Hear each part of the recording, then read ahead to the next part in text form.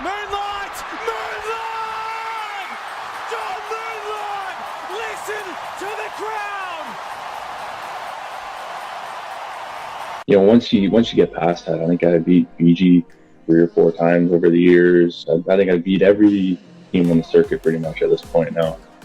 The guys just knocked off South Africa. And like, once you get that confidence and you start building, and the group was getting confident, there was no one that was going to really, well, sevens is one of those games, anything can happen at a certain amount of time. But, you know, we felt like every game we were going in, we had a good chance of taking it down and actually performing, walking away. I think it was Sterling Richmond that had the game-winning try, and Dallen, you'd be thrilled because he was also wearing gloves when he scored the try.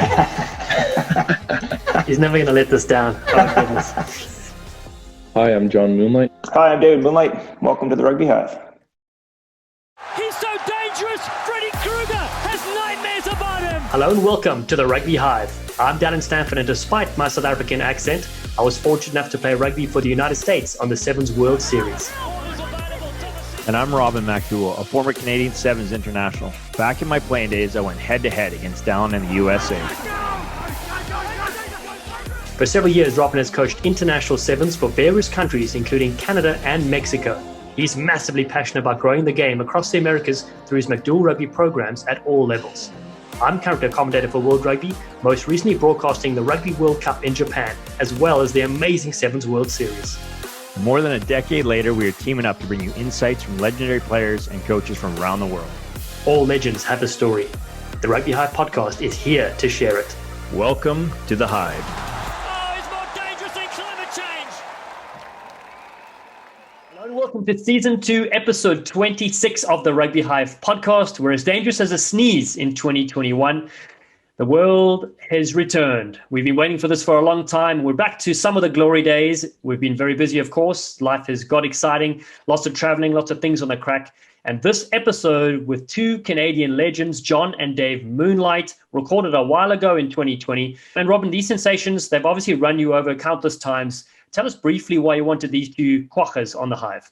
Well, they're about as Canadian as it gets on and off the field. A couple of Ontario beauties. David, obviously the older cousin that came through the Canadian Sevens system first. Went on to captain Canada. He was actually my captain, so I played my entire international career with him, as well as we played at university together. But really what I took away from this podcast is just how close and how impactful David was on his younger cousin, John Moonlight.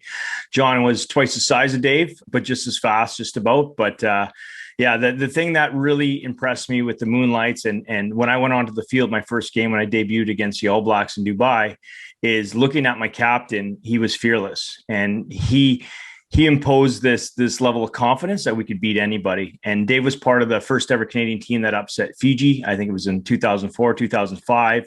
And then later on, John was part of many historical wins, but upsetting New Zealand, the All Blacks, for the first time in 2015 in Japan. And what was really impactful about that, Dallen, since that time, I don't have the stats, you're the stats guy, but I believe that Canada's beat New Zealand almost 50% of the time since that time. And then ultimately, John was part of lifting that trophy in 2017 before he retired. So just all in all, just a historical Canadian legends. Yeah, I recall playing against them. It was when they were playing, it was really tough to obviously bring them down and tackle them and stuff like that. But that's legendary, pal. And yeah, we'll have to look up that stat against New Zealand. I think when the Moonlights were playing, that was probably a good stat. Right now, it's the Kiwis dominating. We'll see how they go, obviously, in the Olympic Games. Pal, let's quickly switch across to what's currently on the go, what's been happening on your side and my side. I'll kick off first. Busy, which is really cool. Lots of traveling. They're going to Austin, Texas and Indianapolis, whatever state that is in, to do some remote games for Major League Rugby. Lots of prep, but it's been thrilling. Super fun. Get to throw in the one-liners here and there. Get to see some of our Canadian guys in action, some of obviously our American legends as well, going head-to-head, which has been brilliant. I feel for the Gaz Marino, who's been supporting the Toronto Arrows faithfully. They've had a bit of a mixed bag, sometimes going down like a homesick mole. And then the Eastern Conference Championship and their Western Conference Championship, those are going to be thrilling games coming up later in July. And then outside of that, Rob's, the other thing is I've been doing a lot of remote work with the Free Jacks, of course, just interviews and things like that with the players and coaches. Well, because of restrictions being eased here, particularly in Massachusetts, I'll be able to go in person, have some fun with them and be able to, put a couple of goose steps on, get smashed by some of the forwards and give out a couple of haircuts. I think that's going to be very most important. Get Verity Explains out there shredding them as well, Well, we'll make sure the World Rugby Shop sends you some fresh gloves for that appearance. Oh, come on. All right, Busy Bee, what's been cracking on your neck of the woods? Just busy with lots of projects. Currently looking for an assistant coach in Canada here to join the MacDowell Rugby Island Academy. So just getting fired up with recruits for this fall, and then obviously my Prairie Academy that's going on in Saskatchewan, and me and the missus are headed that way. Got my spurs packed, so I'm going to be doing some brandings, getting back on some horses. So looking forward to some downtime with family and friends. Oh, that's brilliant, pal. Listen, we need to get you a high chair as well. I know you're really short, but you're really coming off lower on the screen. I'll sit on a book next week. Then I want to thank all our listeners and supporters of the Rugby Hive. It's been a tremendous 2021, tons of engagement, lots of exciting news we've been releasing. The Rugby Hive is brought to you by Wintergreen. And Wintergreen, who are the legends, you ask? Well, Wintergreen, their mission philosophy is to support USA Rugby's mission of uniting an inclusive and passionate rugby community and grow the sport in America and, of course, beyond in North America too, you know. So Wintergreen is synonymous with rugby in South Africa. They've been using it as a pre-game, post-game, warm-up for decades. And now, of course, they're here in the US. And, of course, we'll get some through to you in Canada as well. So folks can visit wintergreensport.com. And they're a proud partner of Major League Rugby as well, and our title partner here at the Rugby Hive. Our clothing store has been going bonkers as well. We're stronger than the smell of a tuna sandwich. You can click on World Rugby Shop, type in Rugby Hive in the search bar, and Wooshka, 46 items inspired at your fingertips. We don't have any gloves, but we got a ton of other brilliant things your way. And so many great thanks to the legends on that side. Yeah, I just want to give a shout out to our brilliant writer, Karen Gasbarino, the Gaz, as Dal likes to say. She carved up a great story on David Ibanez, and that story's caught some steam. Hey, Dal? Oh, it certainly has. The Maccabee legend, gold medal winning champion and breaking barriers. He's been on the Major League Rugby All Access show, and the Gaz Monster General has been superb, just scouting these brilliant stories, connecting with the rugby players, and bringing it to life, really, and sharing it with a huge audience. She is one of our favorites, the Gaz, and of course, brilliant guests she gets on each week. A couple months ago, she did a story on young Lockie Kratz, a Canadian young international athlete that bought his plane ticket to New Orleans, a one-way ticket to hopefully get signed. Got signed after halfway through his second practice, was on the replacement roster. Guy got injured. He got the start and made the MLR first 15 that week, and now he's booked himself a ticket to play in Twickenham and in Cardiff later next month. He's gone from literally the University of Victoria straight to the show, and Gaz was 3 steps ahead of all that. She was amazing. I'd never heard of the old Lockie Kratz Monster General until you guys mentioned him, and then he just started carving it up and in the Canadian squad. So that's really great to see. I look forward to see who else she uncovers coming up soon. Yeah, and lastly, our Canadian sponsor, Gilbert Rugby Canada. Exciting news: our Gilbert Rugby Hive custom balls will be in the marketplace in the next month here, so stay tuned for that. Can't wait, Robin. That is brilliant. You had a hand in crafting that. And then we want to thank, of course, our partners and our family and friends for all the support, and the Rugby Network. They have been brilliant to get us in the eyes of North American fans. The rugbynetwork.com is where you can get it. We're not as elusive as Homer Simpson's dietitian. You can catch us on the socials at Rugby Hive on Twitter and Facebook, at My Rugby Hive on Instagram, and our website, rugbyhive.com. Time now for Season 2, Episode 26. We're thrilled to have both the Moonlight ex-Canadian 7s and 15s internationals, but they both cousins that ended up captaining Canada. So I just thrilled to have you both on. And as I told Dave and John, this is an idea that came to me as far as the story that would later unfold, which it did in many aspects, is John following in Dave's footsteps. But I remember John coming to his first sevens camp, and I was glad I was on my way out with athletes like him on his way in. I knew we had proper athletes in the future, and big, fast, strong, powerful, and just a great Canadian kid at the time. So welcome to the Rugby Hive, boys. Yeah, thanks for having us. Dave, let's start with you. Can you give us a bit of insight into your hometown, your home club, and what sports you grew up playing? Yeah, for sure. I grew up in Whitby, Ontario, a little small town. More of a hockey lacrosse town than anything, really. But I grew up playing hockey. Just a house league hockey player, but played hockey and basketball, volleyball, baseball. Basically played everything, and didn't start playing like a lot of kids in Ontario. You don't start really playing rugby till you get to high school. So started playing rugby when I got to high school in grade 9. And John, your sports growing up? Yeah, no, I played everything you can think of that was at high school. I did a bit of track stuff, football. I was a bit into hockey for a while. Never really that good at basketball, as I'm sure Dave can remember, but bit of volleyball, all that kind of stuff. I pretty much played everything I could growing up, and grew up in Pickering, so not too far from Whitby. John was he was a good hockey player. Like I remember, obviously being older than him, we would be, going over, he'd be coming to my house or I'd be coming to his house for family stuff, and we'd be down shooting pucks in our basements, right? Like that was the kind of stuff we did. But I certainly, once he started getting bigger, he was a big unit in hockey for sure. And how did you, Dave, first find rugby? Because you were the first one in your family, right? Yeah, actually, I think I was way more interested in basketball for sure. I was sort of thinking basketball was it. I spent a ton of time playing basketball. My brother was all over me about playing rugby. He was 2 years older than me. And as soon as he started playing rugby, he started just bugging me. You got to play. And I was like not too interested in it. Got to grade 9. He sort of bugged me to come out. So I came out to a couple practices. I was ready to quit. I was like, nah, this isn't for me. I'd rather be playing basketball. And he's like, just play one game and see how it goes. And I played my first game, and I was like, wow, this is awesome. And sort of instantly fell in love with the game, and just kind of went from there. You credit your brother, which is brilliant. And John, who do you credit for finding the game? Yeah, I'm sure you guys have seen it out there, but the only reason I actually played the game as well was because of Dave. Kind of the same thing. He gave me you should go out, you should try it, and kind of questioned it, and then I finally went out and obviously fell in love with the game. Remember the first practice, I looked up all the positions and what positions guys played, and I knew I wanted to be a flanker going at them. It had me running around with the backs and that, and immediately I told them, like, no, I got to be here. This is what I want to do. And yeah, so that's how I kind of started. Same thing, grade 9. Dave basically convinced me, and that was I think were you at West by then? Probably you would have been at West at that point. Yeah, I think so. Yeah.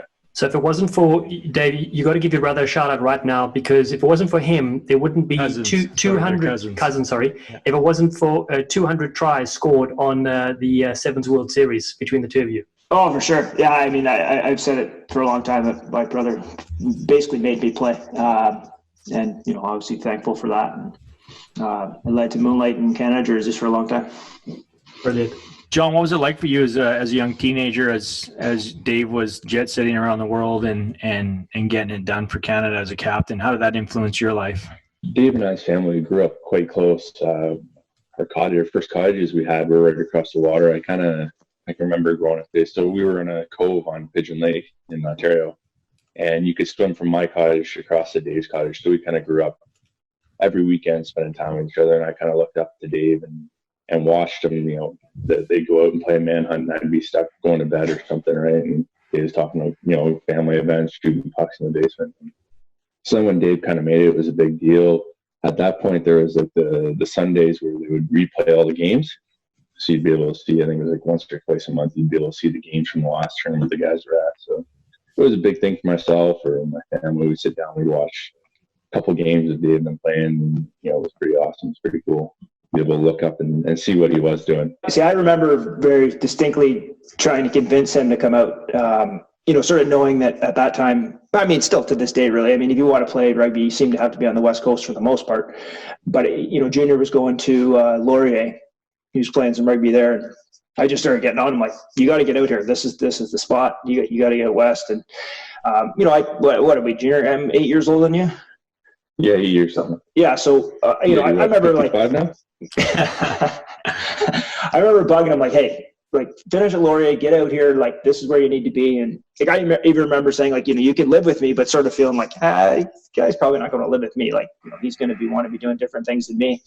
But he finally decided that he was going to come out, and when he moved out, he moved right in with us and kind of went from there. So. And who were you living with at that time, Dave? BT, Brian Taylor. I think that he was still there, Junior? He just left as I come back. It was Hurricane was living with us. Oh, right, yeah. Kyle Haley. You, me, Hurricane, and then Philly Mack, and then we're right next door. Oh yeah, Jamie Collins from next door. Yeah. Yeah. So we had a bit of a rugby household there. Lots of guys that had played for Canada and played rugby, so it was a pretty fun spot. good environment for John. So, Dave, what about you? What is it like for you since you've obviously retired internationally, and then see John follow in your footsteps, and most recently, the first 3 years of the Vancouver Sevens and BC play, seeing Big John get it done?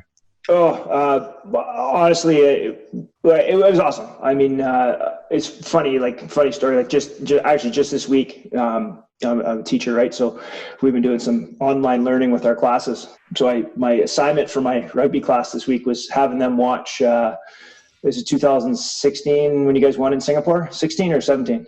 17. Yeah, 2017 when they won in Singapore. That was their assignment, was to have all those guys watch that. And, I've said before, but it was one of the coolest things for me was having a conversation with Junior not long before that tournament, and Junior telling me that he's like, we'll win one. We're going to win one this year. And then they did it. They go in and, beat US in the final, which is always nice, beating the US. But beating the US in the final, and then, he did the interview afterwards, and, it wasn't surprised. He was like, he knew that they were going to win. And that was so different than me. I can be honest, when I was playing, and Robin, I don't know if you would agree, but I don't know if our belief was we'd ever win a tournament. We went to every tournament hoping we'd get into the top 8, and then, if the stars align, see how we can do. But to actually believe that you're going to win and actually go and win one was unreal. So that was pretty cool for me to be able to watch that and talk about it and relive it when I watched it there the other day. We had a really good grouping at that point. I think that was right when we had Damien come into the squad, and he really kind of brought that belief back into everyone. And that was one of the first, few times when Garrett was around, we had a little bit of it. And then when Damien came in, he really kind of convinced us and made us believe that we could do it, we could show up. That was probably one of my favorite years of rugby, just playing around then, because we were carefree. There was disagreements with Rugby Canada right at the start of the year when it came to contract stuff, and we just wanted to show everyone that we had arrived, and what we were fighting for was Rugby Canada. That wasn't anything that wasn't worth doing like that. We were going to perform along and try and get what we were trying to get out of them. And that was an awesome year. It's interesting, obviously following the Sevens program, and as the Moonlights know, it took me forever to actually get to play with Dave. But, until I think it was a year before I started, but Dave was part of a side that beat Fiji for the first time, and then John was part of a side that, it broke a lot of records. But I remember, I think it was 2015, John, you guys were in Japan and you guys upset New Zealand for the first time. And then since then, I think Canada's upset New Zealand maybe 40 to 60% of the time. And, now that you've, help them get over the hump of getting a title. Now it's there for the taking, right? And that sense of belief coming in with a coach like Damien that's been there and done it and won World Series tournaments. I think that's all you guys needed to get over the stigma of being number one. Yeah, and that photo of you guys in Hong Kong is a pretty iconic photo, and it was one that was talked about a few times. I'm sure Dave and I had talked about it, and that, but once you get past that, I think I beat Fiji 3 or 4 times over the years. I think I beat every team on the circuit pretty much at this point now. The guys just knocked off South Africa, and once you get that confidence and you start building, and the group was getting confident, there was no one that was going to really, well, Sevens is one of those games, anything can happen in a quick amount of time, but we felt like every game we were going in, we had a good chance of taking it down and actually performing, walking away. I think it was Sterling Richmond that had the game-winning try, and Dallen, you'd be thrilled because he was also wearing gloves when he scored the try. He's never going to let this down. Oh, goodness. Yeah, Sterling definitely wore gloves. That is a fact. Oh, good man. Definitely my top 3. John, let's go back to your Sevens career. 65 tournaments on the series, a brilliant career, and you got to enjoy so many moments with players like Phil Mack, Nate Hirayama, and Harry Jones. Can you delve a bit deeper into that time period when you guys, were taking over the world together? When I first came in, Philly Mack was kind of leading the crew. Nate wasn't even back playing again. He was on his kind of year hiatus, and they'd just gone through that the World Cup here, so Dave was pushing for it, and when I kind of just popped in the game, we kind of missed each other. I played a tournament, Dave went on those tournaments right there, and then I played again. He didn't hop in with them. But from there, we kind of had a really good crew that kind of stuck around. Nate, Harry, Phil was there for a while, and then full of foul, and that we had a really good group of guys that we kind of, I guess, bonded and grew up together and really traveled the world. I mean, when you're young and in your 20s, everyone wants to travel. We were getting, not a lot, but we were getting paid to travel the world and see these places and grow up and become. It's pretty surreal. You think about places you'd be. One day you'd be sitting in Hong Kong, next day you're in Singapore. Meanwhile, everyone back in Ontario is sitting under 3 feet of snow and just waiting for something so they can go outside. So it was pretty awesome. I really enjoyed it, and some of those guys are my best buddies still. I still talk to a few of them here and there every couple of weeks or a month or so. I remember that with Junior, because I'm sorry, he talked about how when he first got in, he was kind of in and out of the team a little bit. He had some unfortunate luck with injuries. But there was a point there that there was it was like he flicked the switch, and he really started taking it more serious. I think early on, and I think Junior would agree with me. Early on, he obviously he was excited to be playing for Canada, but I don't think he had the same sort of drive to be the best. And there was like a switch; it went off, and all of a sudden, I don't know how many tournaments you played in a row after that first little bit, but I would say bulk of them all happened in a row, right? Unless you missed any for injuries, but I don't think you missed many injuries after your initial. No, I think so. I played that first tournament. I know exactly what you're talking about. It was a conversation you and I had. You called me out because I was out in the sauce or whatever with the guys, and we were going away in a couple of days. And you basically said to me, "What are you doing? You realize the opportunity you have and what you're doing, where you could be in the world." And kind of was an eye opener for me. I think I ended up playing. Rugby Canada pulled me out for one thing when I was going to the 15s, but after that I played like 50 tournaments straight, something like that. Which is unreal. That's unreal, right? Yeah. Yeah, I could have been in the 60s, I think, had that not happened. Yeah, he went from a guy that was always hurt to he was the guy now, and he would be, he'd come home from a tournament and he'd be sort of saying to me privately, like, "Oh, this guy's he's soft, he's got to toughen up," right? And he had, like I said, flicked that switch, and we weren't going to keep him off the field. And you saw that in his play because he was dominant. You certainly did. Well, just my backstory with you guys is that, so I played for the US 2007 was my first year. I played for 2 or 3 seasons, and I remember playing against both of you individually, but then I was commentating more recent years, and still when I see, you check the program of Moonlight, I'm like, how many Moonlights are there? Or is just, are there only 2, and have they played for decades? And that's kind of a testament to you guys. You've always been in the team and kind of like the Iron Men of the side, I'll say, so we had Todd Kleber at the time. Well, you guys have one of the Moonlights. Yeah, I was very fortunate too. Like I'd come home from trips or anything was going on that I wasn't certain. It was easy to sit and talk with Dave. Probably I'd say within me coming home within a day or two, I'd be over at Dave's house and we'd be talking about kind of how the tournament went, what I thought, and things that happened. And it was nice to have that be able to talk to someone about it, because a lot of people think that you're traveling the world and you're in all these nice places, you're getting to enjoy yourself and see it, but a lot of the time spent in your hotel room, you're sitting relaxing, or not relaxing, but waiting to play the game. You guys know, right? You guys all know hotels and practice fields, right?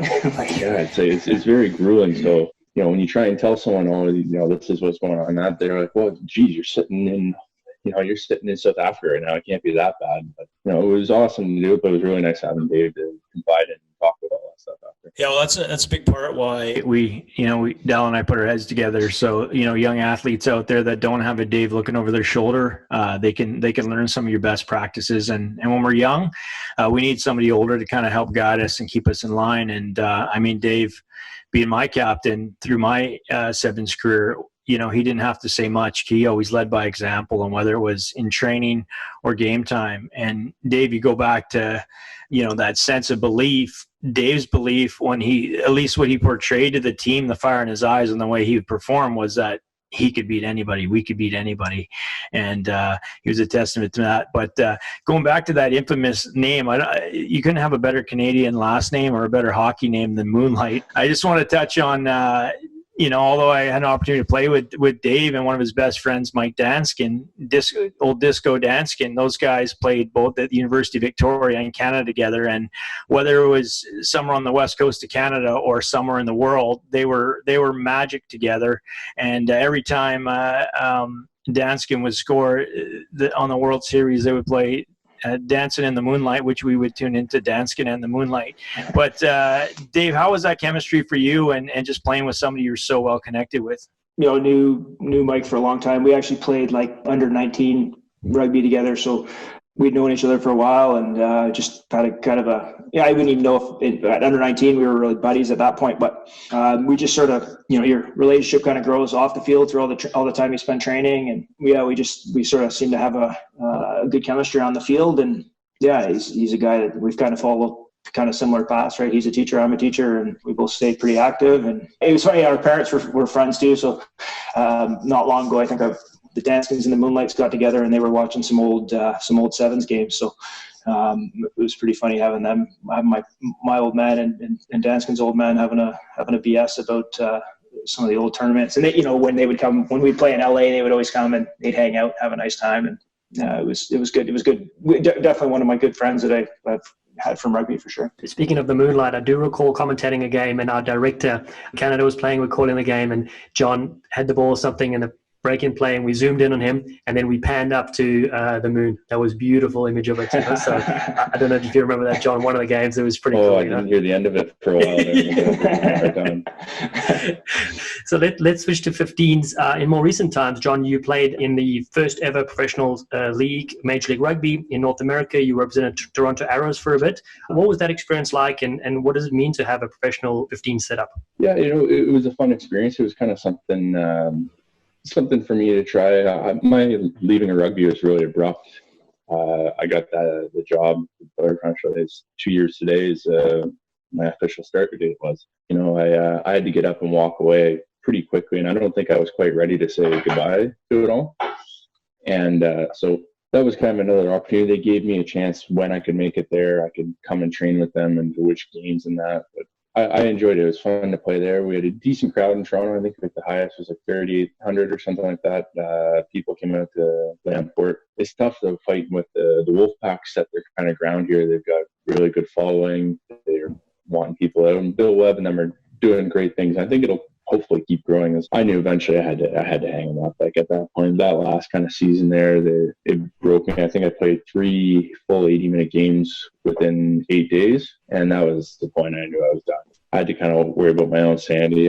Near the end, I didn't really enjoy 15s at all. I'm sure a lot of people knew this, but I preferred to be on the sevens pitch more. I always felt like we were more competitive. It was a more fun game to me. So the last bit was fun, but it wasn't exactly what I wanted. And then the way my body was feeling, I knew it was time to step away. Well, you're still in amazing shape. So would you play a social game every now and again, or you completely done with rugby? I made a little trip down to Bermuda in November. There was talk about maybe trying to make a sevens comeback. I went down to LA and played for the Upright Rogues. I don't think it's good. I think that'll probably be the end for anything for me. It's just even that 2-day tournament, my body's feeling a bit, and I'm starting to think about other stuff in life. I don't want to get hurt. Like I'm looking at buying a new bike right now, right? Like I want to enjoying that kind of stuff. I've always wanted to do Ironman, so I'm kind of prepping to maybe do something like that. So. Well, I don't think there's anything harder in your body than the Bermuda Classics. I went on one of those trips, and I took it easier than I think everybody, like absolutely everybody. I hid out from the team just to not ruin my entire life. And those guys are weapons, and then they get out and you get to go play. But I was just like a kid though. Is this rolling subs, Dallen? Have you been down? No, not yet. Been invited, but been too scared to go. There's 60-minute games. You're rolling subs. It's like hockey subs, and I didn't sub off once because I'm just like a kid. I want to be on the field, but yeah, there's some professionals off fielders. Best experience going. I'm going to put you both on the spot here, and we'll go with seniority first. Dave, who's your best roommate ever on tour, and why? Oh wow, yeah. When I looked at these questions earlier, I was trying to think of my best roommate, and I was trying to think of some funny stories, but it sounds silly, but I can't pick a single guy. I had so many good teammates, a guy like Kyle Haley and Danskin that we mentioned, and a guy like Neil Meechin, and some of these guys are, they're still buddies. I'm still buddies with and still close with. So obviously enjoyed, spending time with them. But, most of our coaches, you sort of switch up who you're rooming with every week anyways. And I can't really remember having anybody that I was really hiding from or really wanting to have. So we had a pretty good team chemistry for the most part, I think. And I don't think anybody get out of hand rooming with the captain anyway. They're too afraid. John, how about you? I roomed with everyone. I was the same thing, kind of rotated. Probably my favorite roommate, I only ever roomed with him once, was Tony Lecart. I had him my first tournament in Hong Kong, and he can be quite the character off the field and that stuff. Got any stories for us?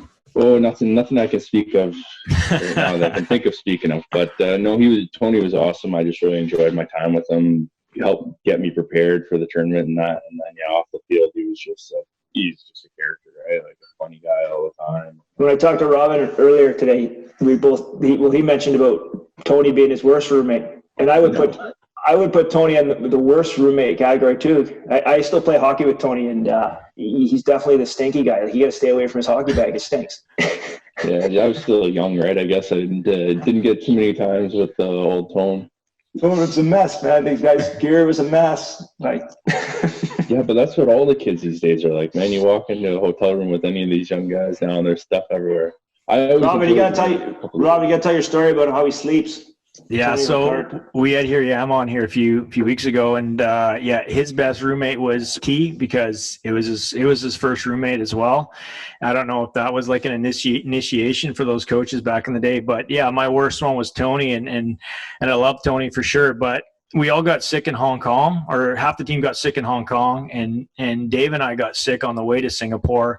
I remember being at dinner at Singapore the first night we got there, and I kind of threw some symptoms out to the boys that already had it, and they're like, yeah, you're going to get it. So anyway, I wake up in the middle of the night, first night in Singapore. I don't know where I am, still hurting from the last night in Hong Kong.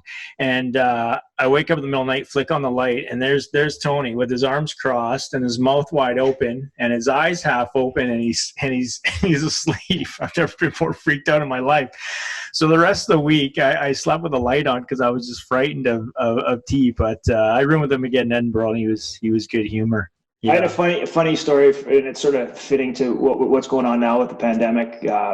When we were in Hong Kong in 2003 is when the SARS thing was going on. So we're in Hong Kong. We're supposed to be going to Beijing the following week, but they, midweek in Hong Kong, were going to cancel. They canceled Beijing.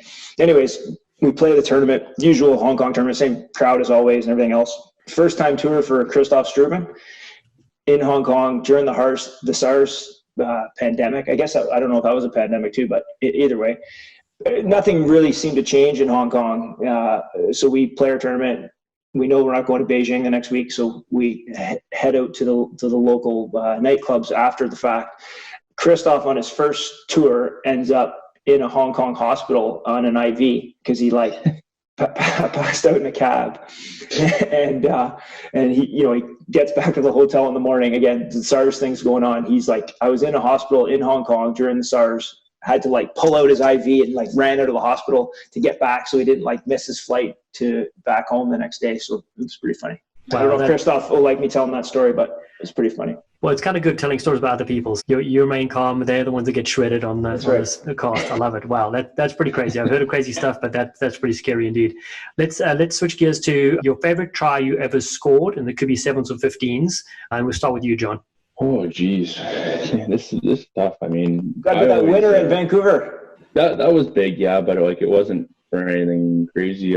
There's one against Fiji in Wellington actually that stands out because Fiji were knocked down into the bowl. We were playing them in the bowl final. Kind of see the attitude as they were walking around, they just felt like they were going to walk over us. And I can remember making a break down the sideline. This is kind of when I was first coming into myself and feeling like I was a player, and I got a good stiff arming on one of the guys right in the middle of the chest and ran around. And that'd probably be up there as probably one of the top ones. Or their that one in Vancouver. I mean, the commentators seem to sell me pretty well on that. Absolutely. I mean, the crowd erupted. Everyone's going berserk. Those are iconic moments that'll stay with, not only with you, obviously, being so close to the action, but everyone else that was there, And how about yourself, Dave? I got to go back to my very first try, and sort of kind of a funny story to go along with it. My very first try came at my second tournament. First tournament was in Brisbane, 2003. Second tournament was in Wellington. First game in Wellington, playing Fiji, score a try. While I'm scoring the try, I break my hand.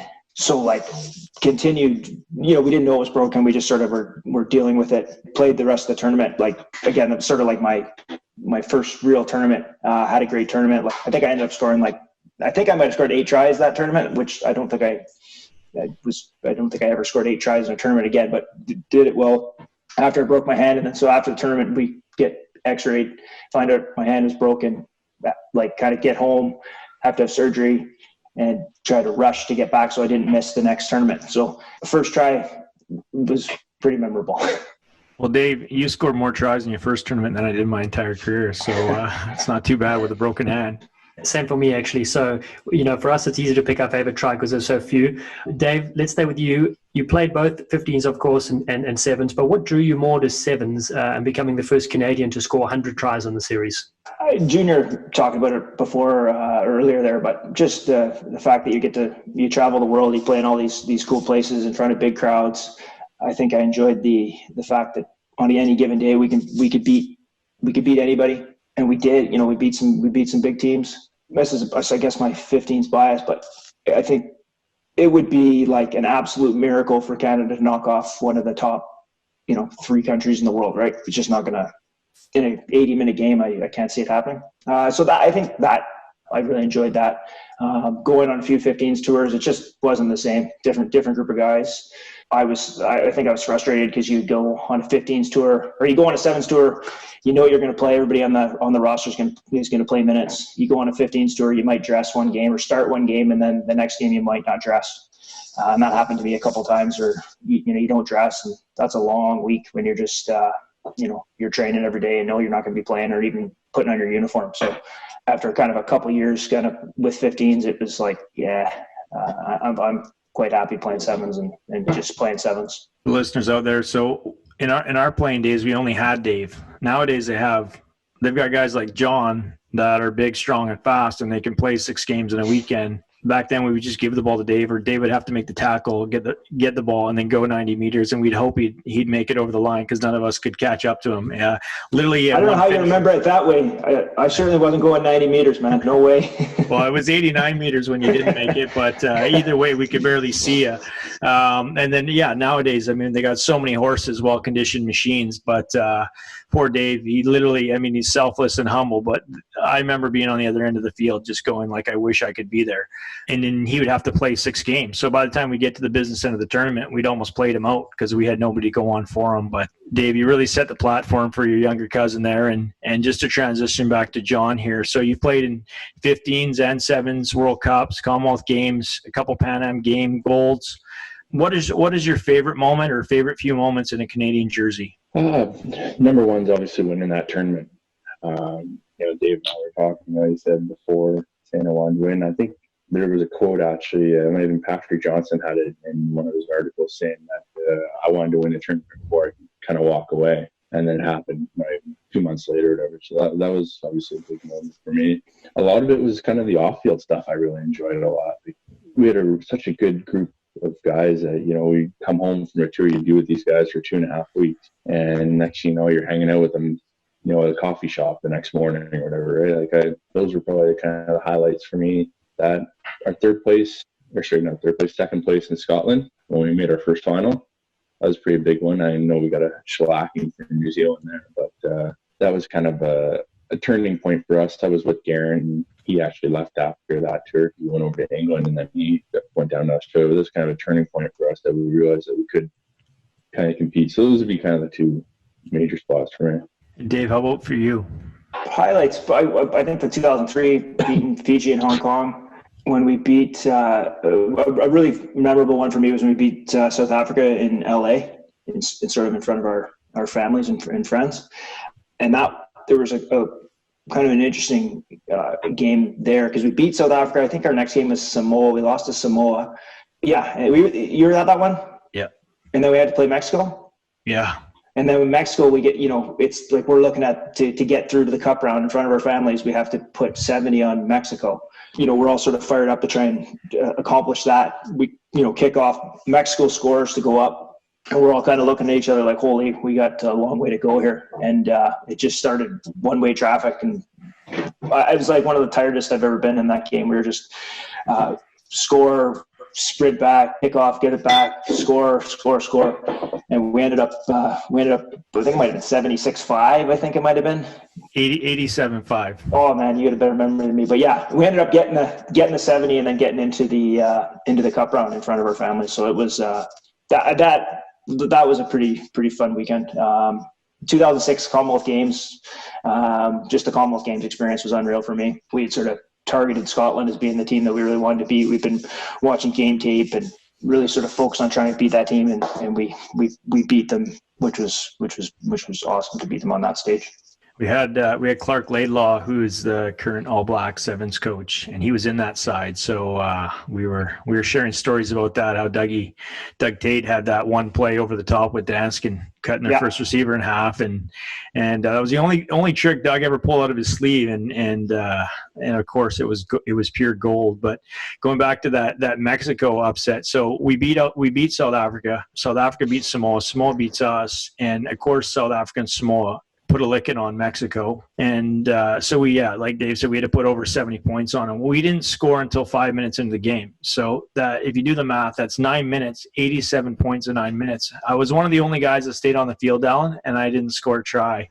So just give the ball to the athletes, and Dave had a field day. It was unbelievable. Yeah, those are a couple good memories. John, let's talk a bit about you playing a decade on the series or longer. Can you tell us about your how you evolved as a player? You know, when you first started out to being an absolute versatile powerhouse, playing every second, in the last bit of your career. I never actually saw myself as a sevens player. So that trial that Robin had mentioned, the only reason I was out there was Doug Tate kind of gave me hey, you should kind of go out here. This would be a good fit for you and that. And so I went out, kind of started it all. I had a really good speed test, good fitness score, and that kind of kickstarted myself getting involved with it all. I went and trained with the national program, got myself in the sevens. When I first came in, I didn't, you look up to players, looking at like Kleberger was playing my position at that point. Chauncey O'Toole had just come in, kind of the same tournament as me. He was playing really well. There was a lot of good players, and I never really put myself kind of on par with them. And it wasn't until I started kind of believing in myself and then pushing that I actually started getting myself a starting position on the squad, and that was a couple of years into it that I actually got myself in the start. The game's changing so much, though. Every day you look at it, it's so much faster. People are so much bigger. I was watching that tournament down in LA when I was there, and some of the guys, even like Harry and Nate, look like they're 5-10 pounds heavier than they were before. My game was always simple. I just kind of wanted what I was doing on the field to speak for itself. I didn't.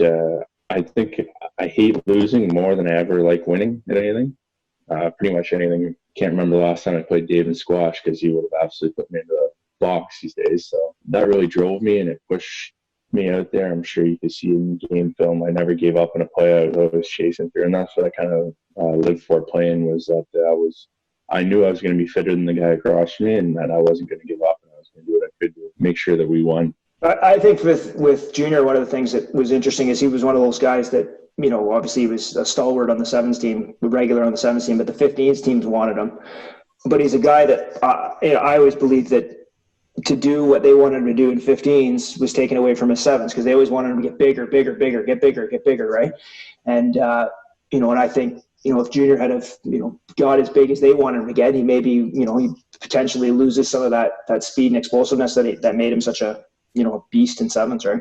I like to call it slow speed. It makes it look like you're going slow, but somehow it passed them. I don't know how it worked. Let's touch on a little bit some of the challenges that you faced individually as in your career. So, Dave, we'll start with you. Any challenge you had to overcome? Well, I guess I guess it's a challenge because it's what I see, what those guys do, and what Junior would tell me what their training looked like. Those guys were in a fully professional training environment where, in my time when we were playing, you basically played sevens on weekends, or you'd have a camp before you go away for your two tournaments, and then you get back and you were expected to be at Tuesday or Thursday practice to play 15s with your club team. So that was a challenge, right? Because again, as I'm saying with Junior, like the transfer over from sevens to 15s is big. And I remember going back to UVic after sevens, and some of the guys were kind of talking about that because, I think the year before some of the sevens guys that came back for our playoff game, and the sevens guys didn't play very well. But again, we were all expected to to come and play 15. So that was definitely a challenge. I love sevens. I would have absolutely loved to do what Junior did and been a full-time sevens player, not half. As much as I enjoyed my 15s, playing 15s with my clubs, sevens 100% would have wish I could have been in that professional environment. You were a big part of what led that environment to make that challenge, or sort of make that transition into a full-time environment. So I mean, we always want to leave it better than when we got it, and we always want better for the next generation. So you're a big piece of that. So John, what about you? What were some challenges that you had to overcome? I mean, over the years, there was always, when David kind of touched on the fact of injuries when I first started, I just stared at something and I ended up hurting my back or something. I broke my leg in there, shoulder, and I think I broke my hand 3 times within 9 months or something like that. So kind of once I got over that, there was a draw to go overseas. I had an opportunity, especially after the World Cup in 2015. There's teams sending kind of stuff, but that never really pushed me. One of the toughest things we had to kind of get over was when they brought in Liam Middleton, it kind of fractured the team quite a bit. It took quite a bit of work between guys and all of us trying to get it back to where it was with Damien. That was probably the toughest thing that we had to get over. I got put in some pretty tough positions over the years or over that year, and it was tough. It was hard for everyone involved in that and the whole program. And there was at points there I think I was close to walking away from it all, and I'm glad I didn't at the time. But things happened. We moved on from them. The team was obviously better from that in the end. And John, I got a question. Do you have the same taste in music as your older cousin? You guys have a lot in common, but you guys got the same taste in music. No chance. Not a chance. You know what? He had me go to a couple metal concerts, and I was wearing khakis once at a metal concert. I remember we were sitting in the car waiting. Uncle Willie and them were Jamie and them were supposed to come meet us. And I remember you saying something like, "What are you wearing?" And I was wearing khaki pants going into this concert. No, it wasn't, not quite mine. I'll listen to anything but that, basically. I don't think I would have been able. I wouldn't have been able to sleep after that concert. I don't think. All metal all the time. We were in LA after the LA Sevens the year before I played for Canada, and Dave and Disco and some of the guys that were in the team, we watched them at the LA Sevens, and then they jumped in the university bus because they're also students at UVic, and then we had a bit of a California tour, and Doug Tate, the legendary Doug Tate, he had back then it was you'd burn CDs, so Doug burnt I think 14 different CDs, and he just downloaded every song with the word California. So you would have crazy graphic rap right to, the Beach Boys. And the whole focus of this 14-day trip driving was that nobody could hit. You couldn't change the song, and Doug just had it cranked. That's the kind of guy he is. But anyhow, there's Dave with his headphones on, his big earmuffs, and then his hood over, all black everything. And I was just, after day 4, I was like, Dave, what's going on in there? I want to listen to what he's just dead serious. Just, you don't want to do it. You do not want to know it. I put it on and I took it off. I was like, no wonder he's such an intense guy and such an intense player. But he's got a different taste in music than this cowboy. Guys, I want to close out on my side. We'll leave the music for one moment. But for all the young kids, the aspiring sports and rugby players out there, young boys and girls, what advice would you give to them? They're about to start their journey. Dave, we'll start with you. I get to work with a lot of these young people being a high school coach, and it's just hard work, honestly. Junior, I think, is a pretty good testament to that, how hard he worked to have such a long career. I sort of tell my guys all the time that you got to get reps. You got to have the ball in your hands, and you got to be fit.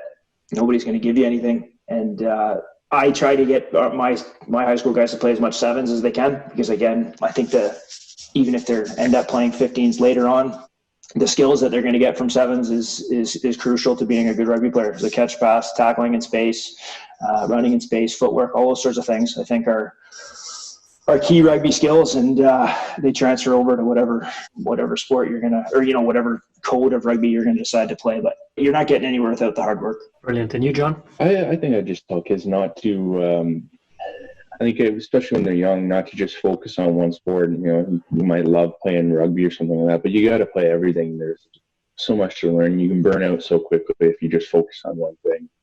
A lot of people used to ask me in my career, you see this game or this super rugby game, and I'd be so tired of it, after a day of training and looking at our game film that I couldn't even watch any more rugby. And when I was younger, I never thought that rugby was going to be like, I was like every other kid in Ontario who thought he was going to play in the NHL, right? And play hockey. I play in any other sport I could. I was doing that, making sure that you're playing everything you can, and then you can focus as you get older and hone in on what you like and what you enjoy. We got to do a better job, I think, maybe not just Ontario, but all in Canada, creating a pathway for these kids. I'm getting a lot of kids now that are contacting me saying, how can I make it? What do I have to do to get there? Should I be going to university? Should I be trying to get into an MLR team? I want to play sevens. Should I be playing for this kind of invitational team? And the pathway, I know they say there's a pathway right now for kids, but the pathway is not a straight line. There's no streamline for anyone in the pathway. And we need to make it easier for a kid to kind of know, like, if he wants to get seen, a young guy that's playing sevens and doesn't really want to play 15s, if he wants to play sevens, get seen. Well, this is where you can go. If you do this, you might get seen here. And that's going to be something that has to be straightened out kind of from the upper end down, I believe. Now, that's a great point, especially the ones that are watching your, 2017 championship run, in the sevens and things like that. You're aspiring a new generation. Well, what I want to thank you guys so much. We have a record on our podcast today, 230 tries scored between us four. But what I will say is 223 were between the two Moonlights. So really, such a pleasure, such an honor to have you guys on. Thanks very much for having us. Yeah, cheers. Thanks for having us. Awesome. You guys are absolutely sensational. Appreciate the time, guys, and keep safe that side. And really good to catch up finally in a friendly setting, not in the war zone on the rugby field. Yeah. Thanks very much, guys. Appreciate it. Thanks a lot, boys. Cheers, Take thanks. care. Beautiful ball over the top. Yes, Seppo! Thank you for listening, you sleek sensations. If you haven't already, please subscribe to Rugby Hive podcast and catch us on all the socials at Rugby Hive. We appreciate your support. Be safe out there, and we'll see you soon. They've taken the lunch money from Sun